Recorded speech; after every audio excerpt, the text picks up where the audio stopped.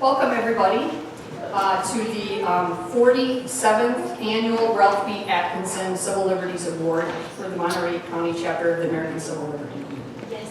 We'd like to begin with a land acknowledgement. We want to acknowledge that we gather on the ancestral land of the Esselen, Salinan, and Rumsen Ohlone peoples, who have stewarded these lands for over thousands of years and continue to do so today. Remember to respect the land and to take note of the natural beauty. Remember that ancestors lie below pathways and on other less traveled areas. We are here. Let Ka lie. All right, welcome. So, Ralph B. Atkinson was born in Massachusetts in 1907. So why do we honor him here today with this award, or honor people in our community? He went to MIT as a young person, and then he invented Kodachrome. He worked for the Eastman Kodak Foundation, and actually won an Oscar for the first color movie in 1939. He was offered the presidency of the Eastman Kodak Foundation, but he refused it, and he worked for a while and goes, what am I doing? And he moved to Monterey and became a civil liberties activist. He was crucial with the Linus Pauling nuclear bomb testing ban lawsuits and helped develop the Limited Test Ban Treaty of 1963.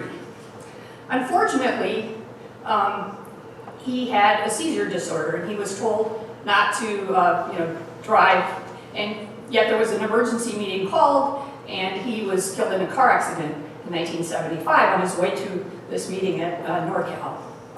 So anyway, I recognize that we have 3 past recipients here today. I'd like to honor them. One is just walking into the room. Karen Arapo. Yeah. And I saw Joe Livernois. Claudia Melendez-Salim. And I also would like, was there another? Was she pointing? Oh, no. Okay. I saw the 3. Sorry. I would like to recognize my fellow board members. We have a new member as well, so all of you please raise your hand or stand up, because this all wouldn't happen without all of these wonderful people. And Mickey Welsh would like to give a short report on some things that are happening in our community that you could be part of if you'd like to. I just said I would take over the meeting at the podium. I will just tell you that a few of the things that the Monterey County chapter is currently working on are establishing oversight of the Sheriff's Office, stopping all cooperation between Monterey County and ICE or any immigration officials, stopping and limiting surveillance, currently urging local cities to stop their flock contracts and suspend use of their automated license plate readers, to continue giving Know Your Rights talks, seminars, meetings, whatever, on protest rights and on helping whatever we can do to help the immigrants in our community. To support the rapid response any way we can, and also to continue lobbying with the ACLU of Northern California's guidance of our local officials. And finally, we continue our watchdog for civil liberties role. If you hear or see anything that you think is violating the Constitution, we are here. Let us know, and we will take action to find somebody who can. I know the last thing I wanted to mention was, probably most of you know, because I know most of you, on Tuesday the 14th, there will be a very important meeting at the Board of Supervisors, a continuation of the Truth Act Forum. The sheriff must every year present information about how they are cooperating with ICE, if they are. They don't have to, but our sheriff does. And she's been urged to stop many a time and has not stopped. So we have talking points out there for anybody that can make that meeting, either in person or on Zoom, to end all cooperation with ICE. The sheriff, to my knowledge, is the only agency of the county that is cooperating with ICE. No one else is, and she's relying on her exercise of her own discretion to continue doing that in spite of the wishes of the public and even the Board of Supervisors. So, end all cooperation with ICE, establish effective oversight of the Sheriff's Office, prohibit outside employment by anybody employed by the Sheriff's Department by ICE. Moonlighting at ICE is starting to be something that people are doing. Prohibit outside employment through their policies. End the SCAP program, the federal program that provides funding for housing undocumented people, also requires an exchange of data and information about who is and who is not undocumented in the jail. Conducting a review of the Sheriff's compliance with the Values Act, the Truth Act, and the Trust Act. The Sheriff is constantly saying she's complying with California law, but we do not know that because there is no oversight. And then finally, to complete the financial audit of the Sheriff's Office that the Board of Supervisors ordered many, many months ago, and to appoint an Inspector General to complete that job. So those are the asks, and there are lists of them out there for anybody that can do it. If you can't be at the meeting, you can still contact your member of the Board of Supervisors and urge them to do these things. Thank you. At what time? Oh, 1:30, Tuesday, at the Supervisor Chambers in Salinas.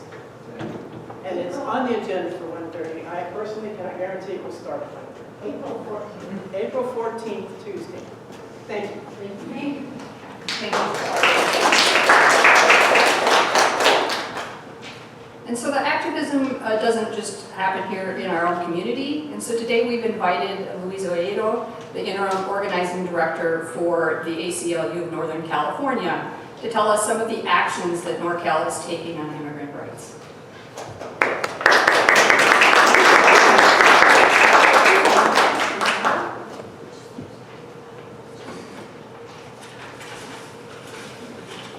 Awesome. Well, it is lovely to be here. Yes, I am Luis Ojeda, interim organizing director with ACLU of Northern California. I'm based out of Fresno, so I'm just down the street. I'm based out of Fresno, but very happy to be here today with you all. Yes, I'm going to be sharing a little bit about the work that the ACLU of Northern California is doing around immigration. As you all know, there's been a lot of things happening around this issue. And obviously, as an organization, this is an issue that we care very deeply about and that we've been very much involved in. And it has been a very, very busy past year and 3 months now that it's been. And there's almost 3 years left of this administration. So we will no doubt continue to be very busy around all of this work. But again, just want to extend a thank you to the chapter for inviting me and appreciate you all and all the work that you all are doing here locally. So I'm going to share a few, some of the work that the affiliate is engaged in. Some of this are cases that our legal advocacy department is leading. Our legal advocacy department is made up of incredible attorneys and other support staff that have been doing just incredible work to really just push back against the Trump administration's harmful policies and really try to limit the impacts, the negative impacts that that's having in our communities. So one class action lawsuit challenged the practice of keeping immigrants in holding cells at the San Francisco field office beyond the previous 12-hour limit. We were seeing that sometimes people were being held over 12 hours and sometimes even over 72 hours, which is horrifying for a space that was only supposed to hold people previously for 12 hours. But not only that, they were also exposed to continuous lighting. So, you know, if you're there for multiple days and the lights are always on, that's really going to have an impact on your well-being. Also frigid temperatures, and we're not being provided with beds or mattresses. So again, if you can imagine being in those kinds of conditions where you're essentially sleeping on the floor in a cold room, super bright, after you're being detained and going through that incredibly scary experience. Additionally, there was some really bad conditions in the cells related to how unsanitary things were, and also folks were denied basic hygiene resources and medical care. So again, this is just one example of the work that's going on, but again, we know that this is happening all across the country, but this is just in our community as well. Unfortunately, in November, a federal court granted a preliminary injunction that required ICE to remedy the unconstitutional detention conditions at the San Francisco field office. So that was a great win, and again, we're continuing to push back on those types of policies. But additionally, the lawsuit also challenged the Trump administration's policy reversing the practice of treating courthouses and immigration courthouses as sensitive locations. So, as I'm sure you all have heard of sensitive locations in the past, there were certain spaces like church spaces, hospitals, courthouses that were generally respected and considered sensitive locations where immigration enforcement would not happen. But unfortunately, the Trump administration is no longer respecting those boundaries. And this class action lawsuit also challenged that. And obviously this has had a really detrimental impact in our community. Folks are afraid to go to their courthouse hearings or to their court dates, right? And these are mandatory things. These are not optional things. And so if someone's having a court date that they have to go to, being afraid that ICE is going to be there can be really harmful. And then similarly, in December, the U.S. District Court of Northern California granted a stay, pausing this policy. So again, these are just some of the examples of the way that we're pushing back on these policies and how they're playing out here in California. Additionally, another class action lawsuit against the administration challenged the policy of rearresting and redetaining immigrants that the government had previously released from custody. And so similarly to the courthouse arrests, this was arrests that were happening at ICE check-ins and ICE facilities. And so similarly, this is things that are mandatory. When immigrants are required to check in, it's not optional, right? They are required to do that. And so if they're being detained when they're going to these check-ins, it can be really detrimental. And they're going to be afraid to go to the check-ins. And then again, that could have negative consequences as well. But also in December, a federal district court blocked the Trump administration's policy prohibiting ICE from rearresting and redetaining certain members of that class that were part of that class action lawsuit. So again, these are just some of the ways that we're pushing back. But again, we want to just highlight that we are succeeding at times, right? We're not always winning, but we are winning sometimes. And I think that's really important to know that this work is difficult, but that it's important to continue doing. Another issue that I wanted to talk about was temporary protection status. So as I'm sure you all have heard, there's been a lot of work that has been happening to push back against the Trump administration's efforts to end TPS for so many immigrants in our communities. And along with many other partners, we've been challenging the Trump administration's early termination of temporary protected status of folks from Nepal, Honduras, Nicaragua, and Venezuela, among other countries. And again, we know that this effort to strip TPS by the Trump administration is callous, is unconstitutional, and again, this is going to lead to even more people who are then at risk of deportation and to be targeted by immigration. So our work continues, and our legal advocacy department has continued to file habeas petitions as well to support folks who are who have recently lost their temporary protected status and trying to get them released and trying to reinstate that protection that they have. Obviously, you all probably heard of some of the decisions that the Supreme Court made that really makes this a challenging endeavor, but that doesn't mean that we should stop fighting for our community. So we know that the Trump administration is continuing to strip TPS of other communities and other populations, and we have to continue to push back and fight and protect our community in that way as well. Another case is related to the UFW, in conjunction with the UFW, was related to the Border Patrol raids that happened in Central California, primarily in Kern and Tulare counties earlier last year. So the Border Patrol was essentially just looking for people of a particular skin color, not asking any questions, and essentially just detaining anybody who looked like they could be an immigrant, primarily folks who were brown. And so that lawsuit resulted in a federal court district ruling that the U.S. Border Patrol had violated these folks' constitutional rights, but the Trump administration did this again in Sacramento outside of a Home Depot, where again, they continue to just look for brown people in these parking lots and go after them.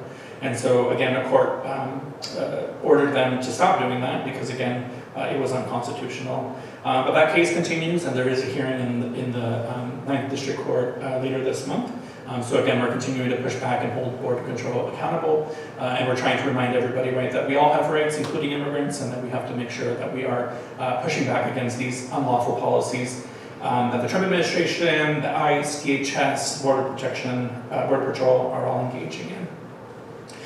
So again, that's just a snippet of some of the cases that we're involved in. But again, even though we do know that we're in this new legal climate where we're facing so much challenges, particularly at the highest level at the Supreme Court, again, we are seeing some wins in some of the lower levels.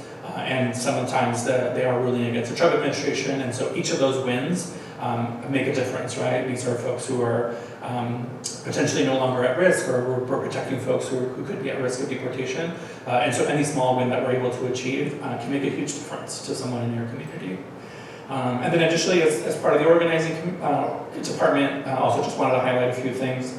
So last year we hosted immigration series webinars throughout the year, really just highlighting different ways for folks to get involved. I think in this moment, a lot of folks are going through a lot of fear and maybe some paralysis where we're just not sure how to support people. We're not sure what to do. And so those webinars were really meant to highlight some easy or at least clear ways for people to engage in this work and to get involved. And so a lot of that had to do with uplifting our Know Your Rights materials, and also connecting folks with their local rapid response networks, and again, making sure that people are getting connected with those networks locally. Additionally, we've also done a lot of Know Your Rights trainings, including a couple that we did with, in conjunction with State Senator Aisha Wahab as well, where again, we're interested in training the community, letting folks know what their rights are as it relates to ICE, and making sure that people are prepared and taking the necessary measures to prepare for the worst. Additionally, we have, as you all saw, there's Know Your Rights materials that we've been disseminating, so we've gotten rid of thousands of them throughout the region, and in this moment, that knowledge is really powerful. So I want to encourage folks to continue giving out that information, sharing those with your community, because you never know when someone might need them. It may be something that they're not thinking about, and in all honesty, right, I think we have seen less immigration activity in California compared to other places, but that doesn't mean that's going to stay the same forever. It could get worse, there could be more immigration activity, and so the more that we're doing now to prepare for that, the better off we're going to be.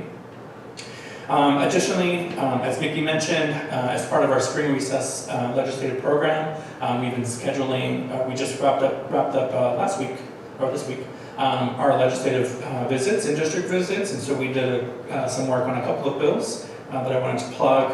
SB 1105, which is a statewide bill that seeks to strengthen our statewide protections to ensure that the federal government isn't using their power over our state law enforcement and not abusing their power and really making that distinction between the local law enforcement and federal troops very clear. Additionally, AB 2669 would seek to protect immigrants who are going through the criminal legal system as well. So we know here in California, public defenders and prosecutors are supposed to take into account potential negative legal consequences for immigrants, but we know that sometimes it doesn't always happen, and so this bill seeks to strengthen protections to ensure that if there is an immigrant that's going through the criminal legal system, that potential adverse immigration consequences are being taken into account so that they don't end up into that deportation pipeline. And then obviously, as I'm sure you all have been also out in the streets, including with No Kings and other events, we're always encouraging folks to take action. Not all of the work is going to happen at the courts, right? It's going to require all of us to get involved and to continue pushing back to defend our community, because I think that's super important in this moment. And also to remember that, these issues have existed before Trump, and they will continue to exist after Trump as well. And so this issue is bigger than just one administration. And so we have to continue to advocate for our community, regardless of who's the president. And we also have to hold our local elected officials accountable and our state accountable as well, right? It's not enough for those elected officials to simply be against the administration or to speak out against the administration. We have to be proactively offering an agenda that serves the needs of our communities, including immigrants as well. And I'll just end by sharing a little bit about myself as well. So for me, this work is deeply personal. I've been with the ACLU for almost 8 years now. I was undocumented when I came here first to this country from Mexico as a 4-year-old. And over the past 13 years, I've had the benefit of having access to DACA, which has allowed me to work at the ACLU. And so this work is deeply personal to me, and I'm super grateful for my colleagues who do this work, and grateful to be a part of that team of folks who do this work every day, but also recognize that sometimes this work can be very challenging. And so, I'll wake up to texts from my family who is worried about, a reporting advice that happened, or they're afraid to go to their medical appointments or things like that. And yeah, every day feels like it's a new challenge. But again, I'm grateful to be surrounded by people like yourselves and my colleagues at the ACLU who wake up every day and continue to do this work because it's so important and so critical.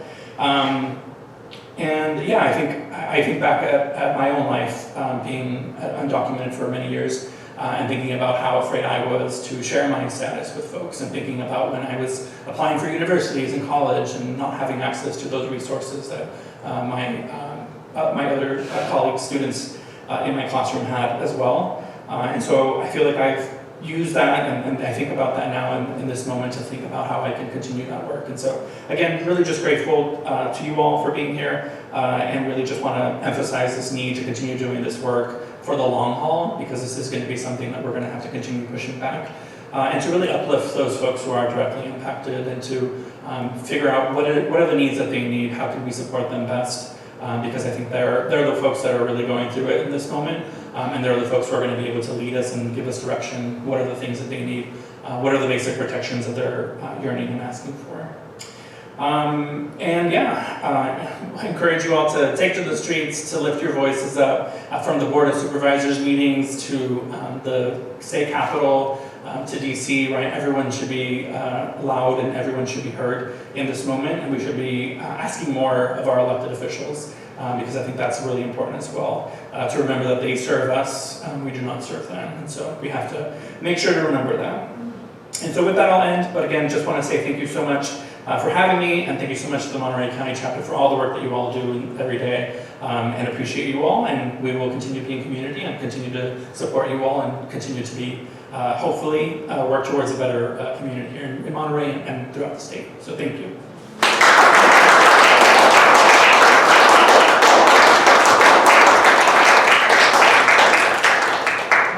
Now I would like to invite Judy Solsona up to the lectern in order to introduce Adriana to us.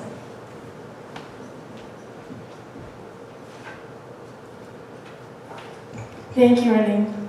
Good afternoon, everyone. It is my distinct pleasure and profound honor to introduce the 2026 Ralph B. Atkinson Award recipient, my most admired and respected friend and colleague, Adriana Melgoza. This award recognizes the exceptional leadership and courage of individuals within our community who champion and defend civil liberties. Adriana embodies the strength and commitment that is urgently required at a juncture when our liberties are dangerously threatened, as are the safety and freedoms of the hardworking immigrant communities of this nation. Adriana serves as the executive director of the Watsonville Law Center. She's a visionary worker for justice and a tireless advocate for civil liberties and immigrant rights. A foundational achievement of Adriana's work is her instrumental role as a founder of the Solidarity Network, the Monterey County Rapid Response. The network provides direct services to immigrants, empowering them with knowledge and assistance to uphold their constitutional rights and to facilitate their legal defense. Through this initiative, Adriana trains legal observers, offering essential resources to communities that strengthen civil rights protections. This work is executed through collaborative engagement with community partners, including businesses, in a coordinated effort to defend and safeguard those most targeted. The network is composed of community members with a deep commitment to social justice and the fair treatment of people who are not only the backbone of the agricultural and hospitality industry, but who are our neighbors, lovingly dedicating their lives to working to protect their children and to provide them with the education and healthy life to which they aspire and they should rightfully receive. Among many other services, the network provides resources in English and Spanish and education on how to respond safely to ICE at home and in communities. They advise families on how to prepare for the possibility of imminent deportation, to understand their rights, and to know where and how to report instances of abuse. Adriana has collaborated with other community leaders to coordinate and provide thousands of hours of volunteer service in legal aid and community organizing, also supporting those who wish to be directly involved in creating a social justice movement. In her previous capacity as clinic manager of the Law Center, she oversaw legal clinics and recruited and trained pro bono attorneys. She worked with the Santa Cruz chapter of the ACLU as a field fellow, developing leaders and connecting their broader network in the area. She also served as organizer of the Immigration Action Group, as a dispatcher for the Monterey Rapid Response Network, responding to immigration enforcement actions. Adriana also worked as director of the Familias con Más Adventures, an organization dedicated to build compassionate and equitable economies. She was director of organizing and education at the Center for Community Advocacy, an organization that advocates for farm worker health and housing in the region.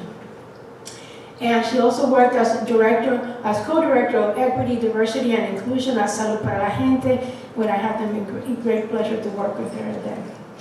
Her passion for human rights and social justice are grounded in her unwavering belief in the dignity of every individual. She is a steadfast proponent of alliance and solidarity, recognizing that social justice can only be attained through the direct participation, voice, and power of community members whose lives and well-being are most impacted by the economic and policy decisions we all make. Seeing Adriana in action is something to behold, her fearlessness and determination when the moment calls for speaking truth to power.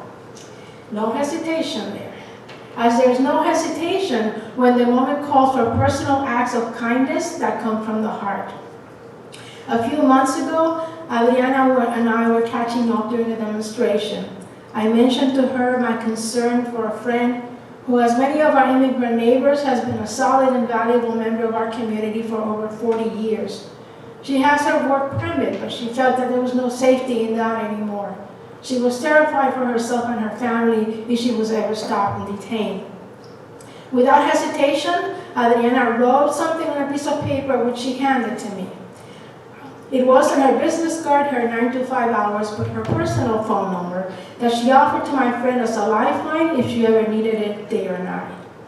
I asked Adriana if there was something about her personal background she wanted us to know. She describes herself as a first-generation immigrant originally from Mexico. She came to the United States when she was 5. She was raised in Castro, where she still lives, right? She is the mother of 3 children who are her source of pride. She's a woman who comes from a family of strong and resilient women. Her parents and family have instilled in her love for the land and a commitment to advocating for the rights and respect owed to all individuals. She credits her mother as her greatest support and the source of motivation to persevere. From her family, she has learned to approach life with love. When she works for other families, she sees her own. The aspiration she holds for her family are those she extends to others. So it comes as no surprise that Adriana's leadership and influence is felt in many other sectors of our community. In addition to all the other work I've mentioned before, she's also an elected board member of the North Monterey County Unified School District. She's a board member of the Community Foundation for Monterey County, and she is a past board member of the Castroville Coalition. In the past, she's also served as a board member of the ACLU of Santa Cruz, as a steering committee representative of the California Collaborative for Immigrant Justice, as a board member of Santa Cruz Community Ventures, as vice chair of North Monterey County League of United Latin American Citizens, LULAC, and an elected board member of the Castroville Community Services District. But it all started much earlier. When her children were younger, she was president of the Elkhorn Elementary School Parent-Teacher Group and a parent representative to the school site council. Last year, the Santa Cruz chapter of the ACLU presented the Hammer of Justice Award to the Watsonville Law Center, which Adriana accepted on behalf of her organization. In accepting the award, Adriana summarized the values that drive their work, and I quote, "When justice is denied to immigrants, we're all diminished. When civil rights are violated, the impact is felt by all of us. Let us continue to advocate for policies that reflect fairness, not fear. Let us persistently choose respect over exclusion and solidarity over silence. We are honored to be engaged in this struggle, and our work is far from concluded. And indeed, the work is continuing and not concluded. But we know that our communities are resilient and courageous, as are their leaders and advocates. Today we honor one of those visionary and tireless leaders. Congratulations, Adriana.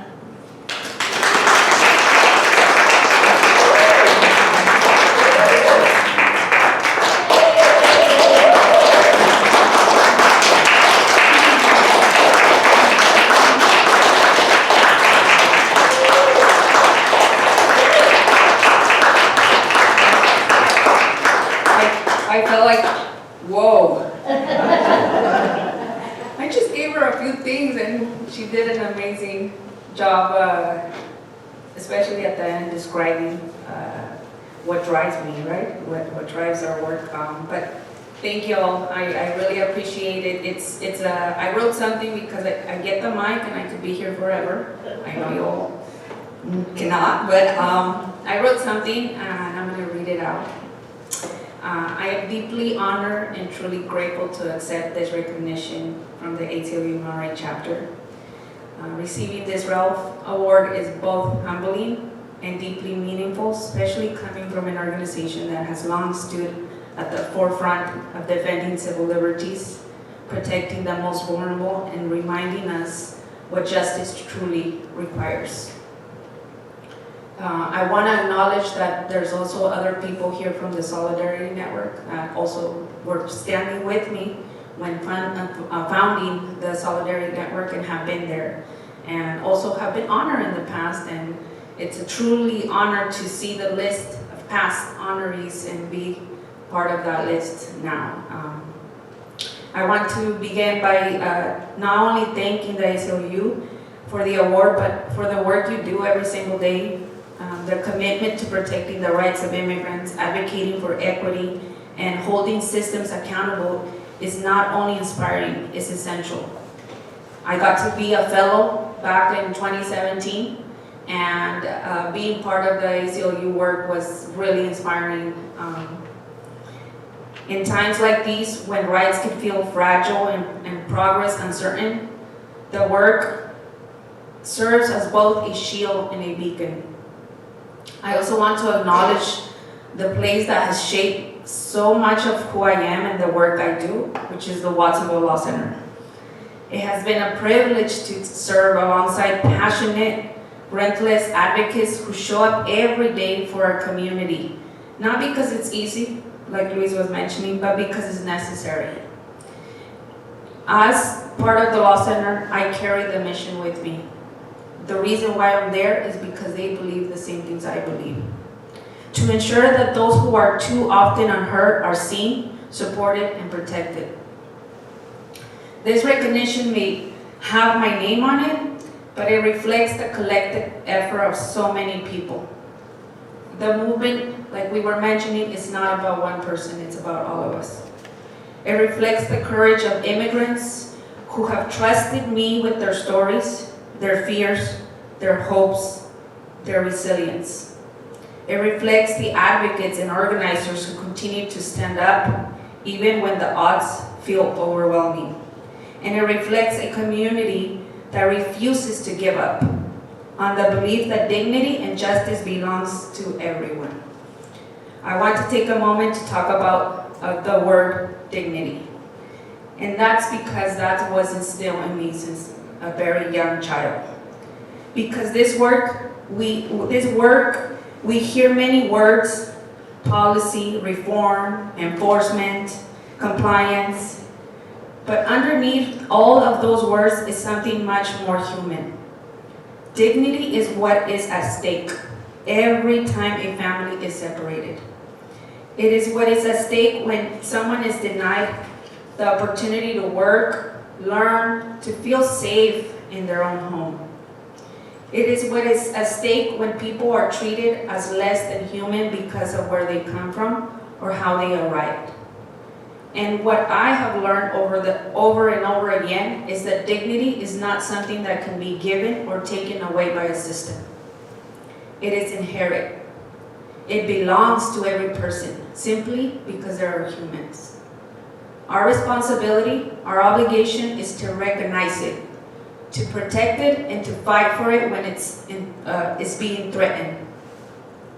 In my work, I have had the privilege of walking alongside individuals and families at some of the most difficult moments of their lives.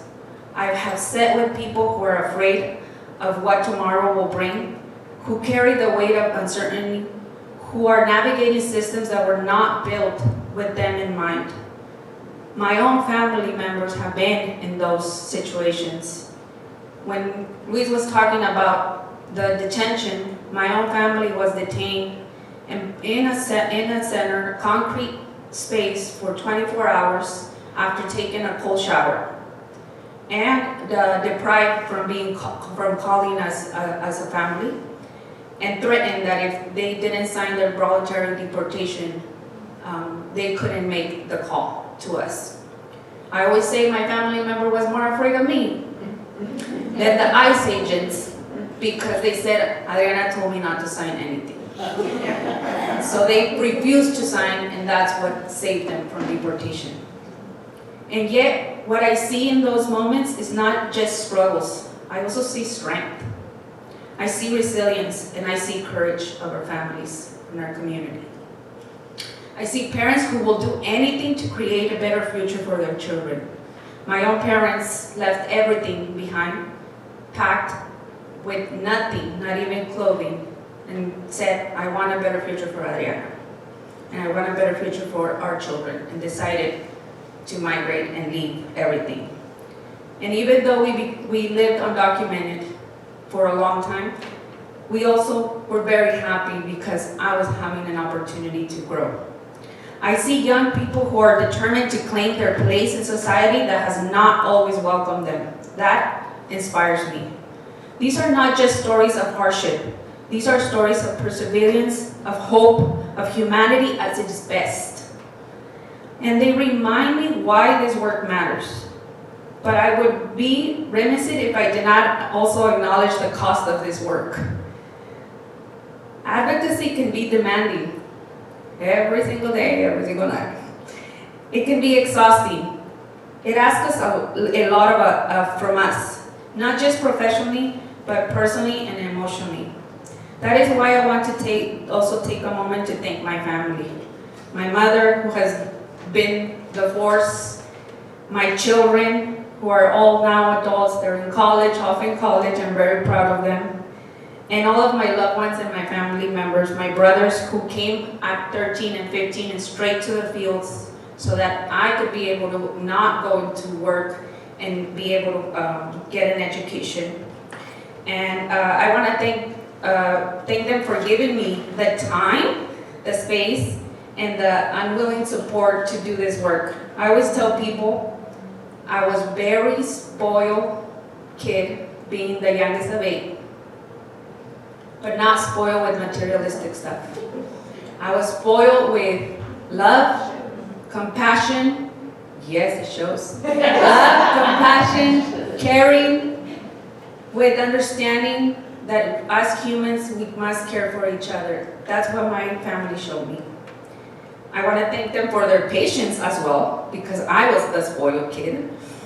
On long days where I would work long days, for their understanding of difficult moments when I couldn't go to their events because I was either working or doing something for our community, and for them understanding and believing that that was what we were tasked to do and our responsibility. And even when they felt that the work was heavy and they were worried. My kids still worry every time they think I tell them I'm going to go to a protest or I'm going to go somewhere. They worry that I might be detained, that because I wasn't born here, they might accuse me of something and then things happen. But they also say that that's the least thing I could do, and they stand with me many times. This recognition belongs to you, to them, as much as it does to me, and to all of those advocates and community members who have stand behind me. Because behind every advocate is a circle of people who make the work possible. I also want to acknowledge my colleagues, partners in this work. None of us do this work alone. Change does not happen because of one person.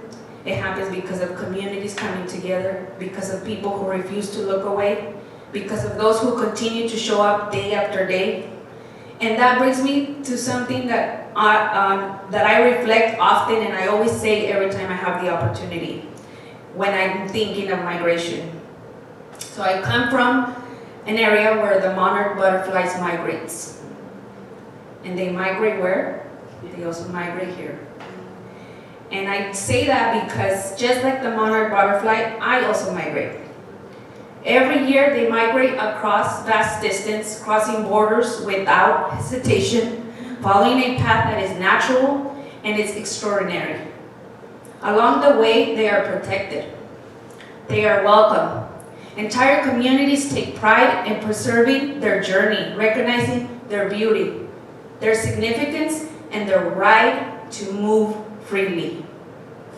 And I often think, just like the monarch butterflies can migrate, crossing borders, being protected, being welcome, we should strive to do the same for humanity. Migration is not new, it's not unnatural, it's a part of life. It's a part of survival. It's a part of seeking something better for ourselves, for our families, for our future generations. What more loving can that be? When you can think of others, leave everything behind so that they can have a better space. Why would we want to punish that? What if we chose to meet migration not with fear, but with understanding? Not with barriers, but with compassion. Not with exclusion, but with recognition of our shared humanity. What if we recognize that the same instinct that guides those beautiful monarchs, that desire for safety, for continuing, for life, are the same instincts that guide so many of our community members who come to this country? This is not just an idea, it's a choice. And it is a choice that we have the power to make. Every day in our policies, every day in our communities, and how we treat one another. Moments like this, being here together, remind me that we are not alone in making that choice. We are part of the collective effort.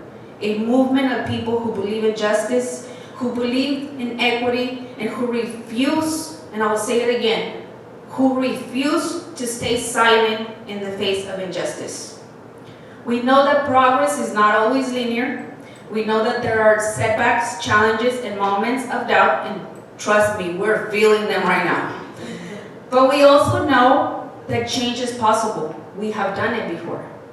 Because we have seen it, we have fought for it, and we will continue to build for it and continue to fight for it. Remember, in November of 2024, I said I was really heartbroken and sad. But I also said I will continue to fight until my last breath and kick and fight. So I accept this award not as a finish line, but as an encouragement to keep going, to keep advocating, to keep listening, to keep learning, to keep pushing for a world where civil rights are not just protected in principle, but fully realized in practice. A world where dignity is not debated, but honored. A world where families are not torn apart, but supported. A world where migration is understood not as a problem to solve, but as a reality to embrace with humanity and compassion. Again, thank you, ACLU Monterey Chapter, for this incredible honor.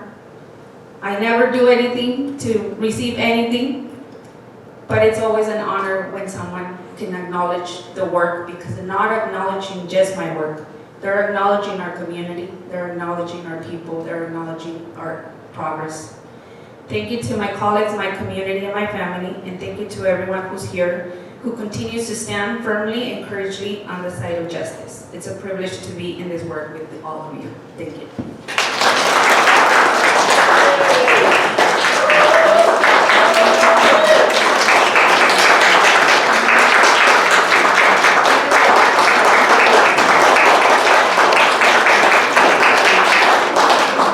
All right, so it's my great pleasure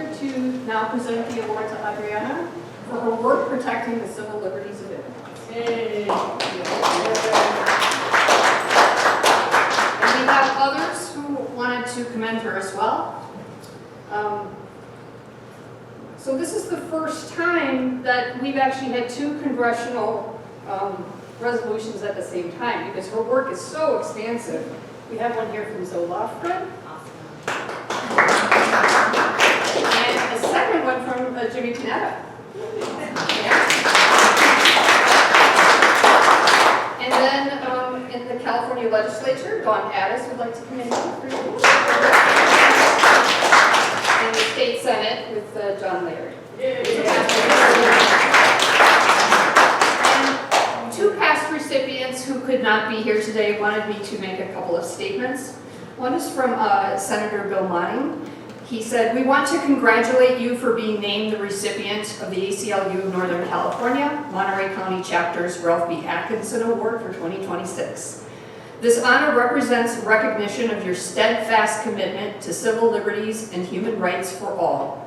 Your leadership with the Watsonville Law Center and the Solidarity Network's Monterey County Rapid Response has helped to galvanize broad community support for immigrants and immigrant families who have been targeted, separated, or placed in fear because of the current conduct and misconduct of ICE and other branches of the federal government. We know that you have also been active in other community leadership roles, including Castroville Community Services District. It is at the community level where the fight for civil liberties and rights is often the most needed and the most effective. Your leadership by example has inspired and empowered others to live up to the ideals and service of Ralph B. Atkinson and so many other members, supporters, and beneficiaries of the work of the American Civil Liberties Union. We regret that we are unable to join you at the award ceremony on April 11th, but we'll be with you in spirit and solidarity on that day and always. Again, thank you for your leadership, sacrifice, and inspiration. With great respect and admiration, Senator Bill Monning, retired, and Dana Camp, MD. And Stephanie Taylor wanted to say it's terribly important to support the folks who are protecting the immigrants.